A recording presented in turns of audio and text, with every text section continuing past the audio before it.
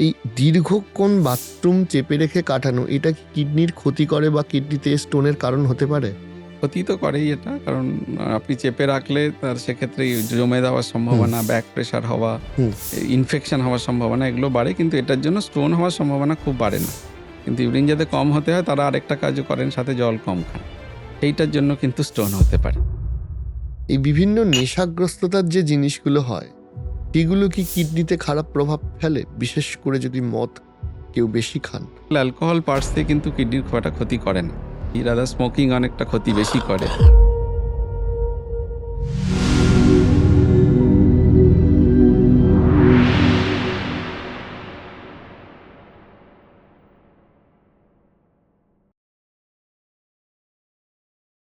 ধরুন এই যে কিডনি স্টোন, এই কিডনি স্টোনটা কি শুধুমাত্র অপারেশন মারফতই রিমুভ করা সম্ভব, নাকি ওষুধ দিয়েও আজকের ডেটে পসিবল কিডনি রয়েছে? স্টোন তো ধরে নিন 70-80% স্টোন এমনি বেরিয়ে যায়। তো এটা হচ্ছে ওটা বেশি ন্যাচারালি এমনি ফর্ম করে? এমনি ফর্ম করলেও তারপরে যেহেতু ইউরিনটা কন্টিনিউয়াসলি ফ্লো হুম হতে হুম থাকে, হুম হুম বা ফ্লো, আপনি জল খেলেন, সেটা যদি কোনো কারণে আমরা বলেছি কিডনি থেকে জিনিসটা বেরিয়ে একটা টিউব বা ইউরেটারের মধ্যে দিয়ে ব্লাডারে আসে, তো হুম সেটা যদি তার কাছাকাছি আসে সেটা বেরিয়ে যায়। ছোট, মোটামুটি 6 মিলিমিটারের থেকে ছোট স্টোন বেরিয়ে যায়। 100টা পেশেন্ট যদি আপনি দেখেন যাদের পেট ব্যথা হয়েছিল কিডনি স্টোনের মতো, আপনি টেস্ট করলে কিছুই পাবেন না, কারণ বেরিয়ে গেছে। হুম কিন্তু বড় স্টোন হলে তারা বেরোতে চায় না, মাল্টিপল স্টোন হলে তারা বেরোতে চায় না, কোনো অবস্ট্রাকশন করছে সেক্ষেত্রে যদি তাতে ইনফেকশন হয়, এগুলো যায় না। এদের ক্ষেত্রে কিন্তু অপারেশনের প্রশ্ন আসে। হুম ঠিক আছে? কারণ এটা যদি কোনো কারণে ব্লক করে দেয় তাহলে কিডনিটা ক্ষতি হবে, এবং ব্লকের উপর যদি ইনফেকশন হয় তো লাইফ থ্রেটেনিং সিচুয়েশন, খুবই খারাপ। হুম তো সেক্ষেত্রে আপনাকে অপারেশন করতে হবে, বা একেবারে কিডনির ভেতরে ঢুকে আছে খুব বড় স্টোন, তাকে আপনাকে অপারেশন করতে হবে। তো সার্জারি লাগার সম্ভাবনা যদি 100 জন ধরেন তাতে 10% লোকের, 50-70% মানুষের প্রায় কিছুই লাগে না। বাকিদের ক্ষেত্রে মাঝামাঝি একটা মেডিকেল ট্রিটমেন্ট মতন আপনি করতে পারেন। দেখতো, আরেকটা কথা আমি একটা শুনেছিলাম, এটাও ট্রুথ না মিথ আপনি বলবেন, সেটা হচ্ছে যে বিশেষ করে যারা গাড়ি চালক আছেন, গাড়ি ড্রাইভার রয়েছেন, তাদের ক্ষেত্রে আমি এটা বেশি শুনেছি। আর তার মধ্যেও যারা অ্যাপ ক্যাব চালান কলকাতা বা শহরতলিতে, তাদের কাছে শুনেছি যে অনেকেই, দু একজন আমাকে বলেছেন যে তাদের নাকি কিডনিতে স্টোন হয়েছে এবং অপারেশন করতে হয়েছে। তার কারণ হচ্ছে তারা 7-8 ঘন্টা যখন গাড়ি চালাচ্ছেন তখন বাথরুম পেলেও বাথরুম করেননি, বাথরুম চেপে রেখে অনেকক্ষণ ধরে কাটিয়েছেন। এই দীর্ঘক্ষণ বাথরুম চেপে রেখে কাটানো এটা কি কিডনির ক্ষতি করে বা কিডনিতে স্টোনের কারণ হতে পারে? ক্ষতি তো করেই এটা, কারণ আপনি চেপে রাখলে তার সেক্ষেত্রে জমে যাওয়ার হুম সম্ভাবনা, ব্যাক প্রেশার হওয়া, হুম ইনফেকশন হওয়ার সম্ভাবনা এগুলো বাড়ে, কিন্তু এটার জন্য স্টোন হওয়ার সম্ভাবনা খুব বাড়ে না। কিন্তু ইউরিন যাতে কম হতে হয় তারা আরেকটা কাজও করেন, সাথে জল কম খান, এইটার জন্য কিন্তু স্টোন হতে পারে। আচ্ছা। আর অনেকের ক্ষেত্রে আমরা বলে থাকি যে আপনি হয়তো খুব নোংরা জায়গা, টয়লেট, যেমন বেশিরভাগটা একটা স্কুল, দিদিমণি, হুম হুম ছাত্র ছাত্রী, এদের ক্ষেত্রে খুব অসুবিধে। তাদের ভালো টয়লেট নেই বলে তারা অনেক ঘন্টা কিন্তু ইউরিনে যান না, ইউরিন হুম করেন হুম না। হুম হুম হুম তো হুম আমরা তাদেরকে এখন বলেছি যে একটু নোংরা জায়গায় ইউরিন করলে ইনফেকশন হয় না, কিন্তু আপনি যদি খুব চেপে রাখেন ইনফেকশনের সম্ভাবনা কিন্তু বেশি। আচ্ছা। তাতে চেপে রাখাটা ঠিক নয়। একটা সময়ের পরে গিয়ে যখন আপনার আর্জ এলো তো করে আসাটা উচিত। আর জল খাওয়া বন্ধ করে ইউরিন কম করা, এটা তো আরো খারাপ জিনিস। ন্যাচারাল প্রসেসকে আটকে হ্যাঁ, এটা দেওয়া। আমাদের কিডনির ডাক্তারবাবুরাও অনেকে করেন, যারা জল কম খেতে বলতে, বলতে নিজেরাও কম জল খান। তাদেরও অনেক স্টোন হয়। আরেকটা বিষয় আসছে, সেটা হচ্ছে যে আজকের ডেটে তো মানুষের হ্যাবিটের অনেক অসুবিধা চোখে পড়ে।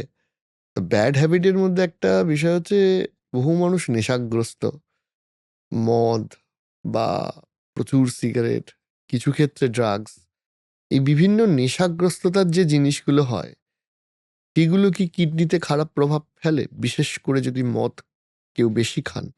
তার কি কিডনি খারাপ হওয়ার সম্ভাবনা বেশি?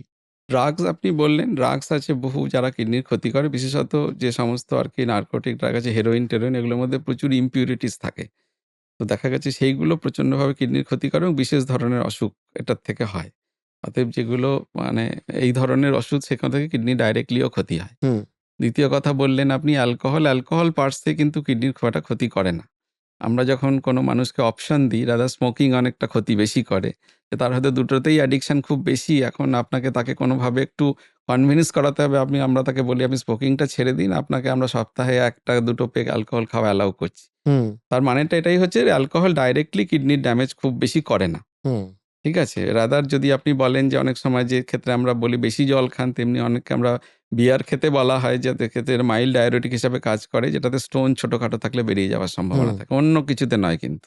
আচ্ছা। ঠিক আছে? না, এটা আর আবার ডিসক্লেমার দিয়ে দিন, কারণ এই লজিকে অনেক না, বিয়ার খেয়ে নেবে অনেকে, যে এই যে একদমই নয়। ডাক্তারবাবু বলেছেন যে বিয়ার না, খেলে না, সেটা কিডনি ভালো বলছি না। থাকে। জলই খাবেন, এটাই হচ্ছে হ্যাঁ, নিয়ম। কিন্তু এটার একটা মেকানিজম আছে। আচ্ছা। ঠিক আছে? তার মানে আর বিয়ার খেলে কি কিডনির উপকার হয়, এরকম না, ব্যাপার আছে? না, মানে এটার হচ্ছে যে একটাই কারণ, তার ইয়েটা হচ্ছে যে আপনি যখন খাবেন আপনার ইউরিন ফ্লোটা একটু বেশি হবে হুম, খাওয়ার পরে। তো সেই ফ্লোতে যদি স্টোনটা মুভ করে বেরিয়ে চলে যায়, এটুকুই শুধু সুবিধে। হুম। কিন্তু তার মানে এটা নয় যে ওর চিকিৎসা হিসেবে আমরা এটা রেকমেন্ড করছি, একদম নয়। কিন্তু স্মোকিং ব্যাপারটা কিন্তু ডেঞ্জারাস আছে। আচ্ছা। যদি কারো এক্সিস্টিং কিডনি ডিজিজ যদি হুম, থাকে, তাদের ক্ষেত্রে স্মোকিং করলে, ধরুন আমার আজকে একটা কিডনি ফাংশন হয়তো 50%, আমি হুম। যদি স্মোক করি ওটা হয়তো 6 মাসে 40% হয়ে যাবে। স্মোক না করলে সেটা তো 2 বছরে হবে। ঠিক আছে? অতএব এটা করলে খুব প্রোগ্রেসিভলি কিডনি খুব তাড়াতাড়ি ক্ষতি হয়। অতএব ওই smoking kills causes cancer also can cause kidney disease, এইটা ইম্পর্টেন্ট। আচ্ছা, এই কিডনি যখন আপনারা একটা, তো আমরা মানে আমিও বিং আ ফিজিওলজি স্টুডেন্ট, আমরা তো বইয়ে পড়েছি, আহ, মানে ল্যাবরেটরিতে অল্প বিস্তর দেখেছি। এই যে যখন আপনারা প্রতিস্থাপন করেন, এই যে কিডনি হাতে নেন, মোটামুটি কিরকম ওজন হয়? 100-150 গ্রাম? ওইরকমই আমাদের। আমাদের দেশে হুম, একটু কম ওজন, মোটামুটি ১০০ থেকে ১৫০ গ্রাম। কিন্তু আমরা যখন হাতে নিই তখন তার মধ্যে কিছুটা ব্লাড থাকে না। মানে ব্লাডলেস কিডনি নেওয়া হয় আরকি। মানে সেটা, মানে আমরা এটা বলি সলিড অর্গান ট্রান্সপ্লান্ট। মানে আপনি যখন ট্রান্সপ্লান্ট করবেন শুধু কিডনিটাই দেবেন, তার মধ্যে ভর্তি ব্লাড নিয়ে দেবেন না। তাহলে অসুবিধা হবে। ঠিক আছে? তো সেইজন্য আমরা যেটা নিই সেটা খুব হালকা থাকে। একটু মানে তার সেরকম সফট মতনও থাকে। তার ওজন হয়তো আরেকটু কম হবে, ৭০-৭৫ গ্রাম। এটা ব্লাড থাকা অবস্থায় ১৫০ গ্রাম মতো ওজন হয়ে থাকে আরকি। আচ্ছা। তো সেইটাকে, তো সেইটা নিয়ে তারপরে ওখানে লাগানোর পরে আবার সেটা ওয়েটটা গেইন করে যখন তার মধ্যে আবার ব্লাড চলে আসে। আপনাকে যদি জিজ্ঞেস করা হয় যে 4-5টা কথা আপনি বলুন দর্শকদের জন্য, যে এগুলো মেনে চলুন আপনার কিডনি ভালো থাকবে, কোন কোন বিষয়গুলো মেনে চললে মানুষের কিডনি ভালো থাকবে? প্রথমত তো আমরা বলব যে আপনি আপনার ডায়াবেটিস, হাইপারটেনশন কন্ট্রোল করুন। যদি এগুলো থাকে আপনি বছরে, বছরে চেক করান। একটা হুম, কিডনির ফাংশন। ২ হচ্ছে যে লাইফস্টাইল ঠিক করা বলতে ওভার দ্য কাউন্টার মেডিসিন খাবেন না। যাতে নাম জানা নেই, চেনা নেই, বিভিন্ন কারণে খেয়ে থাকেন সেগুলো খাবেন না। হুম, ফুড সাপ্লিমেন্টও না খাওয়া উচিত। হুম, ৩ হচ্ছে যে যদি আপনার কিডনির অসুখ হয়ে থাকে তাহলে আপনি একজন ভালো করে চিকিৎসা করান। কিডনি ফেলিওর মানে জীবন শেষ হয়ে যায়নি। হুম, এর বহু চিকিৎসা আছে যেটা করে আপনি একদম প্রায় নরমাল জীবন যাপন করতে পারবেন। বেশিদিন বেঁচে থাকবেন, ভালো করে বেঁচে থাকবেন হুম। এবং হচ্ছে যে আপনার সমস্ত রিপোর্ট আর ৫ টা নরমাল লোকের মতো হবে। তারপর কোনো অসুবিধা হলে আপনারা তো আছেন। সেটা আছে, কিন্তু এট দ্য সেম টাইম আমার ওই একটা জায়গায় আমার সফট কর্নার, যে আপনারা অর্গান ডোনেশন সম্পর্কে জানুন। হুম। মরণোত্তর অঙ্গদানের জন্য প্লেজ করুন এবং যাতে পরিবার, সোসাইটি যাকে তাকে কেউ যদি দিতে চায় তাকে আপনি এনকারেজ করুন এবং নিতে যদি কেউ ভয় পায় তাকেও আপনারা এনকারেজ করুন যাতে এই প্রসেসটা চালু হয়। এটাতে একটা বিরাট মানুষের অনেক বেশি মানুষ বেঁচে থাকবে এর জন্য। আচ্ছা, আমি যদি আপনাকে জিজ্ঞেস করি, যদিও এটা এক কথায় বা এক ঝটকায় বলাটা খুব মুশকিল, যে এই যে একজন নেফ্রোলজিস্ট হিসেবে এতদিন কাজ করছেন, দেখুন অর্থ বা এগুলো তো একটা কমপ্লিটলি বাই প্রোডাক্ট। আমি যদি আপনার বেশ কিছু ইমোশনাল স্টোরিও শুনলাম। একজন ডাক্তার হিসাবে দিনের শেষে প্রাপ্তিটা কি? দিনের শেষে এত প্রাপ্তি, মানুষকে বাঁচিয়ে কেমন লাগে? আপনার কি ফিল হয়? প্রাপ্তি তো অনেক, মানে সেটা হচ্ছে এই যে স্যাটিসফ্যাকশন, এটা আপনি অর্থ দিয়ে বা অন্য কিছু দিয়ে মাপতেই পারবেন না। একদমই তাই। ঠিক আছে? তো সেইটা তো সেটা থাকে, কিন্তু দিনের শেষে একটা ছোট ক্লান্তিও থাকে। কারণ এই অসুখ তো একটু মরবিড আরকি। এখানে মৃত্যুর সময়টা ক্যান্সারের মতন একটা অসুখ আরকি। হুম, মৃত্যুর সম্ভাবনা। আর এখানে একটা মানুষের অসুখের সাথে পুরো পরিবার জড়িয়ে থাকে। তাদের আর্থিক অবস্থা বা হচ্ছে যে আ তাদের ছেলে-মেয়েদের বেঁচে থাকা, তাদের স্কুলিং সমস্ত কিছু হুম, একটা হুম, বিরাট হুম, তার হুম, পার্সপেক্টিভ থাকে। তো সেই জিনিসটাকে সেটা যে একটা ডিসরাপ্টেড হয়ে যায় আরকি। যখন একটা বেশি আমরা তো দেখিনি মাথায় কোনোদিন আকাশ ভেঙে পড়তে। হুম, যখন আমাদের বলা হয় যে বাড়িতে থাকা একটা ২৭ বছরের ছেলে সদ্য চাকরি পেয়ে বিদেশ যাবে বলে ঠিক করেছে, তাই সেদিন তার জানা গেল কিডনিটা সম্পূর্ণ খারাপ হয়ে গেছে। সেই পরিবারের যে despair, তাদের যে ভেঙে পড়া, ঠিক আছে? সেগুলো অনেক সময় আপনাকে একটু ক্লান্ত করে দেবে আরকি। সেখান হুম। থেকে তাদের সাথে ইনভলভ হয়ে ধীরে, ধীরে আপনি হয়তো বেরিয়ে আসতে পারবেন। কিন্তু দিনের শেষে মনে হবে এটা কেমন হলো ব্যাপারটা। আপনার তো ভালো লাগা খারাপ লাগাটা শুনলাম। কিন্তু এর সাথে ধরুন যে বহু মানুষকে তো আপনারা একটা আ জীবনের কিছু বছর পৃথিবী দেখার জন্য অতিরিক্ত দেন। যে হয়তো সেই সময় তার কিডনিটা সুস্থ না হলে বা ট্রান্সপ্লান্ট না হলে তিনি আর থাকতেন না। এই যে অতিরিক্ত বছরগুলো, এক্সট্রা সময়গুলো তারা পায়, তাদের থেকে কিরকম রিয়াকশন পান?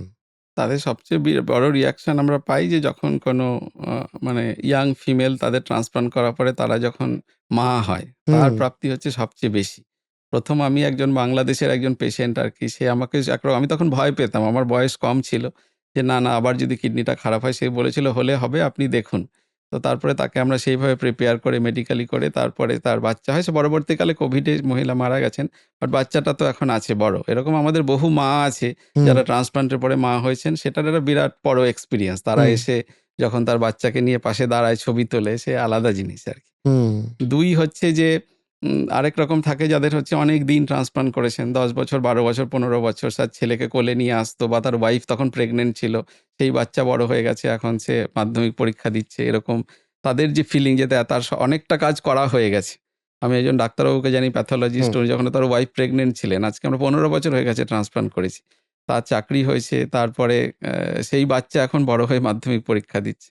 ভালো উত্তর পেয়েছি একজনের যে তার অসুখের পরে তার হাসব্যান্ড ছেড়ে চলে গেছিল। সেই মহিলার আবার বিয়ে হয়েছে। তার নতুন সংসার হয়েছে, বাচ্চা হয়েছে। এগুলো হচ্ছে একটা খুব সুন্দর আরকি বড় প্রাপ্তি আমাদের কাছে আরকি, এই হুম, ধরনের।